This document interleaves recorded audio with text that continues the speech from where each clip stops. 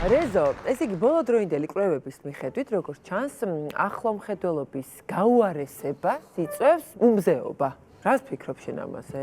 ჭეშმარიტებასთან ახლოს არის, მინდა გითხრა, მაგრამ მანამდე მინდა განვმარტო თუ რა არის ახლომხედველობა, ანუ მიოპია.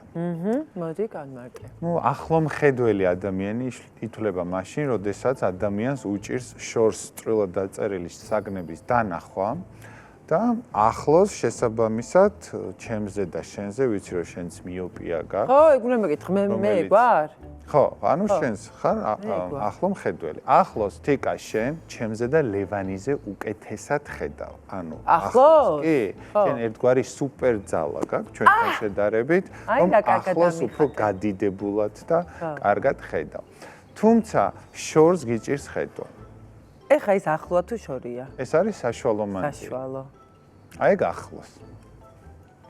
ეგ აი აქ რეხა ცოტა უკვე შორი თიკა არის, როდესაც აი ოთახის ბოლოს. მაინც მიჭის. ეხა აქ უკვე ვიძაბები. მაყურებლისთვის გასაგებინებაზე მინდა რომ ახსნა ავიღო ეს აბრა და ვანახო ჩვენს მაყურებელს თუ რას ნიშნავს მიოპია, ანუ ახლომხედველობა და როგორ ხედავს ადამიანი, როდესაც მას აქვს მიოპია. ახლომხედველები ახლოს ხედავენ აი ესე, მაგრამ ეხლა წავალ შორს უკან და ნელ-ნელა ბუნდოვანი ხდება ეს წარწერა. ნუ ჩემთვის ეგრე არ ბუნდოვდება, მაგრამ აი იმხრევა. კი ბატონო, ხო, ნუ უფრო კაფიო არ არის, კი ბატონო. აი ეს არის მიოპია. პაციენტები, ვისაც აქვთ ეს რეფრაქციული მანკი ქვია, ანუ მიოპია, მათ აი ეს გამოსახულება, რომელიც წესით უნდა ფოკუსირდეს ბადურაზე უშუალოდ, ანუ თვალის უკანა მონაკვეთზე, აი ამ გამოსახულების ფოკუსირება ხდება ბადურის წინ. შესაბამისად ეს გამოსახულება არის ბუნდოვანი. ამისათვის გასაუმჯობესებლად პაციენტები სათვალეს ან კონტაქტურ ლინზებს ხმარობენ და ამის მეშვეობით თუ რამდენი მინუსი აქვს ამ პაციენტს, ხო? მკვეთრად ხდება უკვე ამ გამოსახულების, ასე ვთქვათ, დანახვა სათვალის მეშვეობით, იმიტომ რომ სათვალით ხდება გამოსახულების ფოკუსირება უშუალოდ ბადურაზე. თინეიჯერობიდან დამეწყო მე. კი ბატონო. და მე მგონი ხშირადაც ხდება ეს, რომ თინეიჯერობის ასაკში თავს იჩენს ხოლმე ესა თუ ის შემთხვევა. მაინტერესებს აი დღის შუქზე გატარებული დრო თუ არის რამე კავშირში ამ მიოპიასთან და რადგანაც ბევრი მშობლისთვის იქნება ეს საკმაოდ საინტერესო, რადგან მაინც მოზარდობის პერიოდს უკავშირდება. ალბათ მათთვის ძალიან საყურადღებო ინფორმაციას გავაჟღერებთ. ახლომხედველობა ძალიან ხშირია. სტატისტიკის მიხედვით ცნობილია, რომ სოფლიო მოსახლეობის 1.9 მილიარდ ადამიანს აქვს აღნიშნული ჩივილები. დედა ძალიან დიდი ამბავია. თითქმის 2 მილიარდი. გენეტიკურ წინასწარ-განწყობილებას ძალიან დიდი მნიშვნელობა აქვს, თუმცა შეძენილი ფაქტორებიც ზეგავლენას ახდენენ მიოპიის ჩამოყალიბებაში. ნუ ამ შემთხვევაში ძირითადად არის ასე ვთქვათ აკომოდაციური სპაზმი, ანუ ანუ იმის რომ როდესაც ბავშვები განსაკუთრებით დიდი დროის განმავლობაში ატარებენ კომპიუტერთან, ტელევიზორთან, მეცადინეობის დროსაც, როდესაც ისინი არასწორ განათებას იყენებენ, ამ შემთხვევაში თვალის კუნთი ისპაზმება და ვითარდება, ასე ვთქვათ, ცრუ ახლომხედველობა. ცრუ რატოა? სინამდვილეში არ არის? არა, ამ დროს ანატომიურად ყველაფერი ნორმაშია, უბრალოდ ცრუ, იმიტომ ქვია, რომ ხდება კუნთის სპაზმის შედეგად გამოწვეული, ასე ვთქვათ, ახლომხედველობა. და ეს გავუვლის? რა თქმა უნდა, გავუვლის, ამას ჭირდება მკურნალობა, ან მკურნალობა ჭირდება. მედიკამენტოზური მკურნალობა ჭირდება, სპეციალურად მედიკამენტებია თვალს ჩასწვდილი, რომელიც ხსნის ამ კუნთის სპაზმს და რა თქმა უნდა, სწორად უნდა ვასწავლოთ ბავშვს, როგორ უნდა მოიხმაროს ტელეფონი, გაჯეტი თუ როგორ სწორად უნდა იმეცადინოს, როგორ სწორ განათების ქვეშ. ამას ძალიან დიდი მნიშვნელობა აქვს.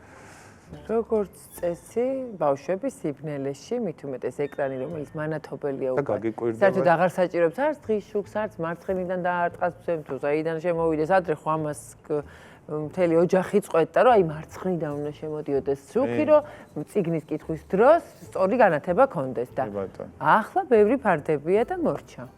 ხედავ შენ?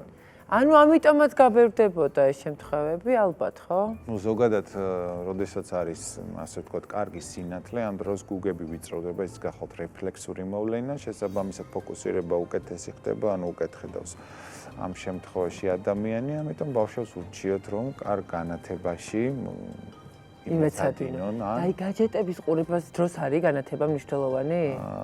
კაი განათება შემოდის დღის თუ სიბნელეში ზის თურაში? გაჯეტების შემთხვევაში არა.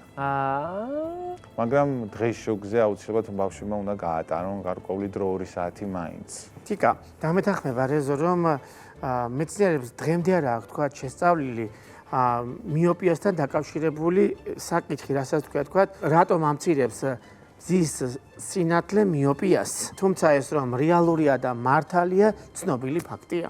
მაგას ადასტურებს ზუსტად კიდევ ერთი კვლევა, რომელიც უკავშირდებოდა რაღაც 2 სკოლის შერჩევას და ამ 2 სკოლის ფარგლებში რაღაცა ცვლილების შეტანას, მაგალითად ერთ სკოლაში შეიმუშაოს პროგრამა ასეთი, რომ ყოველდღიურად ბავშვები 80 წუთის განმავლობაში იყვნენ გარე სივრცეში, იქ იმყოფებოდნენ, მეორე სკოლაში ჩვეულებრივად მიმდინარეობდა სასწავლო პროცესი.